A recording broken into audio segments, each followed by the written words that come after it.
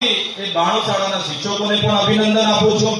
સાથે મને હમણાં થોડા દિવસો પહેલા શિક્ષણ નિયામક શ્રીનો મેં આગળ પત્ર લખ્યો તો ત્યારે એમણે જ મને માહિતી આપી છે કે આદિવાસી વિસ્તારોમાં 853 શાળાઓમાં માત્ર એક શિક્ષકથી ચાલે છે। 1600 લગભગ 63 શાળાઓ ગુજરાતની એક શિક્ષકથી ચાલે છે। ત્યારે એક શિક્ષકથી ચાલતી શાળાઓમાં પણ સારું પરિણામ લાવવા માટે મહેનત કરતા એક શિક્ષકને પણ આજના દિવસે હું અભિનંદન આપું છું। સાથે